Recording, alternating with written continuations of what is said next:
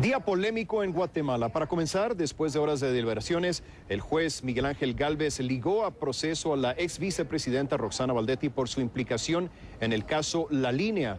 En horas de la mañana, la defensa de Baldetti había pedido al juez que declarara falta de mérito al proceso, ya que en todos los elementos de prueba no se mencionaba directamente el nombre de Roxana Baldetti y que las acusaciones estaban basadas en seudónimos. Pero el juez Gálvez se tomó el tiempo para explicar paso a paso la conexión entre las pruebas existentes y concluyó que no puede descartarse nada por ahora, que todo hay que profundizarlo. Pidió que se continúe el juicio contra Baldetti y pospuso para mañana una audiencia para determinar si se le otorgan medidas sustitutivas, es decir, si se le puede dejar salir en libertad bajo fianza. En la esquina de Otto Pérez Molina también hubo movimiento. La Corte Suprema de Justicia de Guatemala aprobó por unanimidad dar trámite al pedido de antejuicio contra el presidente, con el que se busca retirarle la inmunidad para que sea investigado por su supuesta implicación en el caso de fraude multimillonario dentro de la Superintendencia de Administración Tributaria. El antejuicio fue solicitado el pasado viernes por la Fiscalía y la Comisión Internacional contra la Inmunidad de Guatemala, la CICIG, con el argumento de que tienen elementos suficientes para investigarlo. Ahora, queda en manos del Congreso guatemalteco conformar una comisión investigadora para evaluar el retiro de inmunidad. Es posible que mañana se den a conocer los nombres de los 5 congresistas que integrarán la comisión, una decisión que se hace por sorteo. Y por último, en las calles no han cesado las protestas. Más temprano, representantes de distintos sectores sociales bloquearon al menos 12 rutas del país y efectuaron concentraciones en varias ciudades de la provincia para exigir la renuncia del presidente Otto Pérez Molina. En medio de la protesta, los manifestantes se enfrentaron a las fuerzas de seguridad, lo que dejó 2 uniformados heridos, según reportes de las autoridades. Durante su mensaje a la nación de este domingo, el presidente Otto Pérez Molina instó a organizaciones sociales, instó a sectores de todas partes del país a que se unan a su causa, a que lo apoyen, a que salgan a manifestarse, a estar con ellos y que expresen sus puntos de vista de la misma forma que quienes se oponen a él lo han hecho.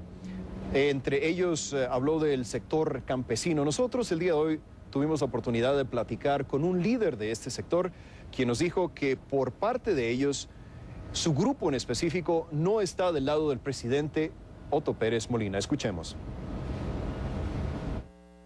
Toda la sociedad guatemalteca, o sea, sectores amplios de la Guatemala, decimos que no puede quedarse ni un minuto más, ni una hora más, ni una semana.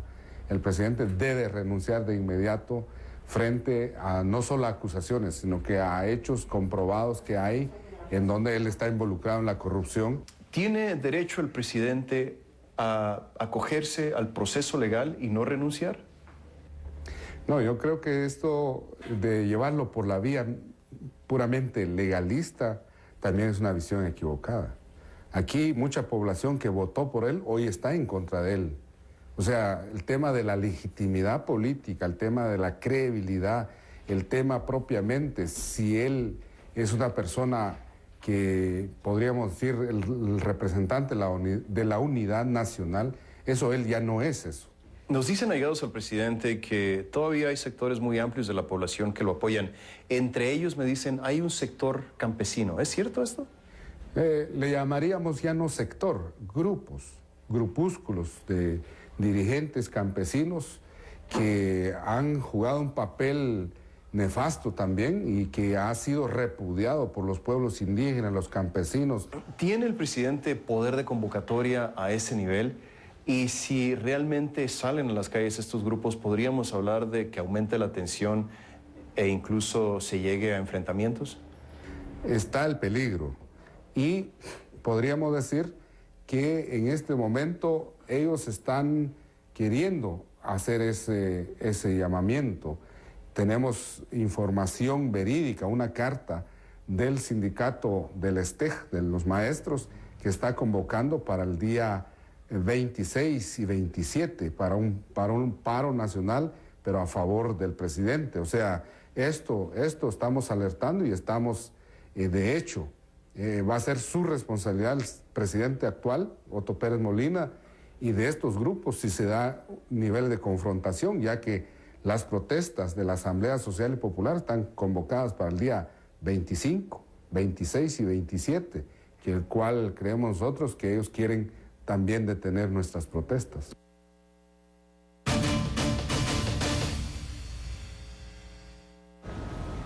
Y bien, es hora de pasar con nuestro primer invitado de esta noche. Nos acompaña el vocero de la presidencia de Guatemala, Jorge Ortega, en su primera entrevista a un medio internacional tras el anuncio que hizo el presidente Otto Pérez Molina este domingo. Jorge, gracias por estar con nosotros.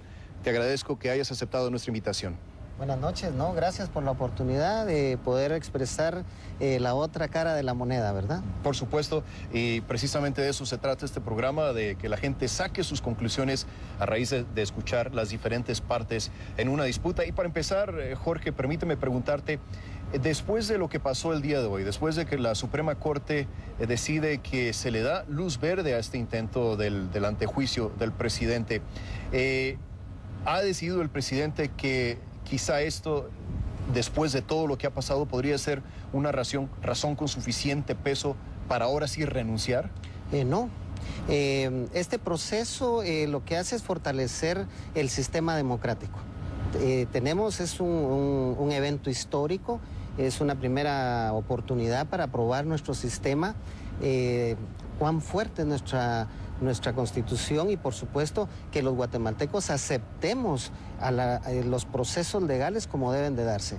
En este momento la votación de la Corte Suprema de Justicia pasa al legislativo, serán los congresistas los que determinen la comisión pesquisidora.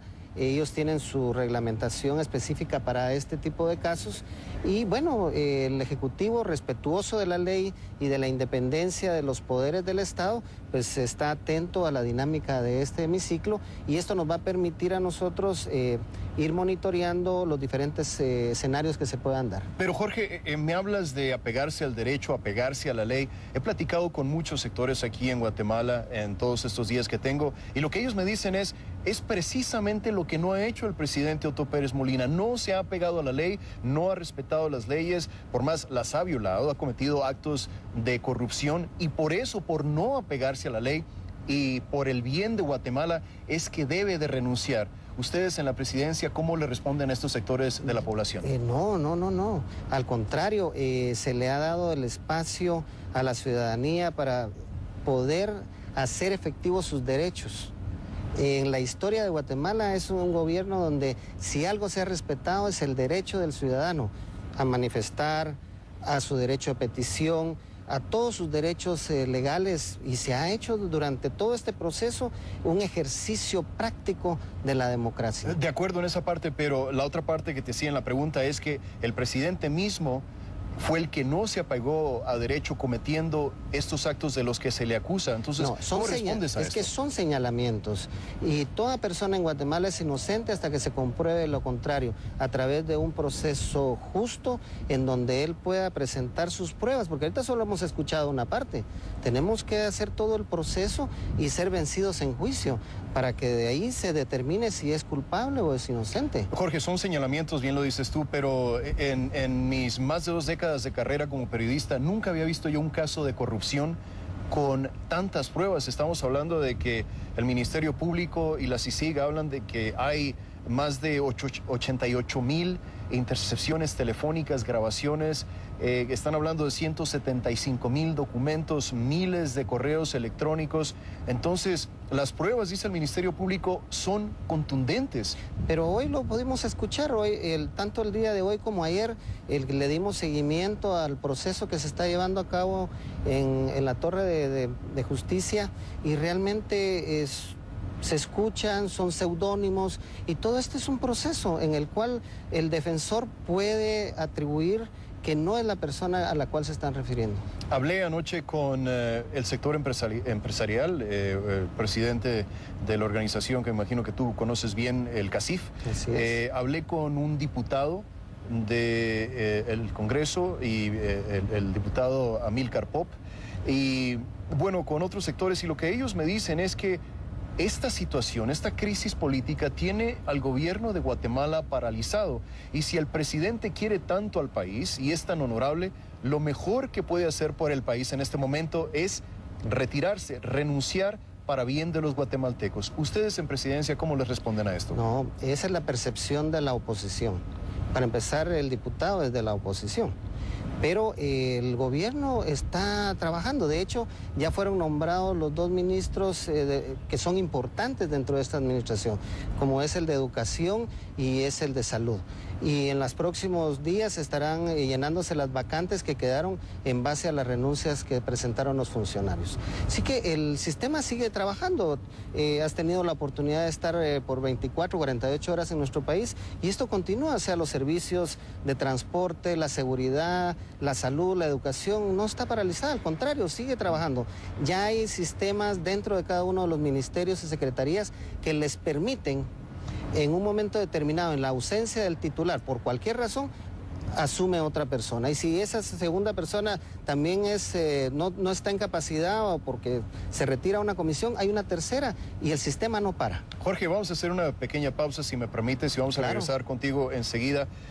Y cuando regresemos, quiero preguntarte, ¿por qué se tardó 48 horas el presidente para dar la cara después del arresto de la ex vicepresidenta? Hacemos esta pequeña pausa, pero antes quiero invitarlos una vez más a que se unan a esta conversación que estamos teniendo aquí en Conclusiones a través de redes sociales. Estamos en Twitter, en mi cuenta personal, @RafaelRomoCNN, la cuenta del titular de este programa, de Fernando del Rincón, es @soyfdelrincón. También está, por supuesto, nuestra cuenta de Facebook y la etiqueta que estamos utilizando esta noche es numeral Concluguate, numeral Concluguate.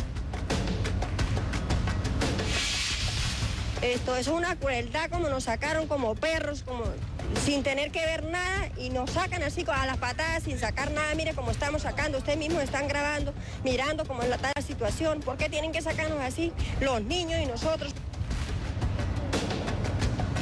Al volver de la pausa, Venezuela y Colombia, éxodo innecesario, más de 800 colombianos deportados tras cierre de frontera.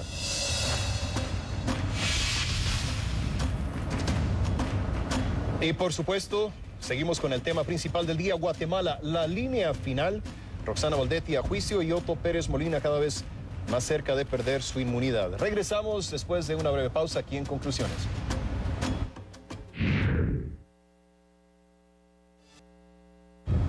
Ya estamos de regreso aquí en Conclusiones. Soy Rafael Romo reportando en vivo y en directo desde Ciudad de Guatemala. Me acompaña Jorge Ortega, vocero de la presidencia de este país. Jorge, gracias por seguir con nosotros. Te preguntaba antes de ir a la pausa sobre esas 48 horas que pasaron entre el viernes y el domingo, cuando se da a conocer el viernes sobre la detención de la ex vicepresidenta Roxana Baldetti.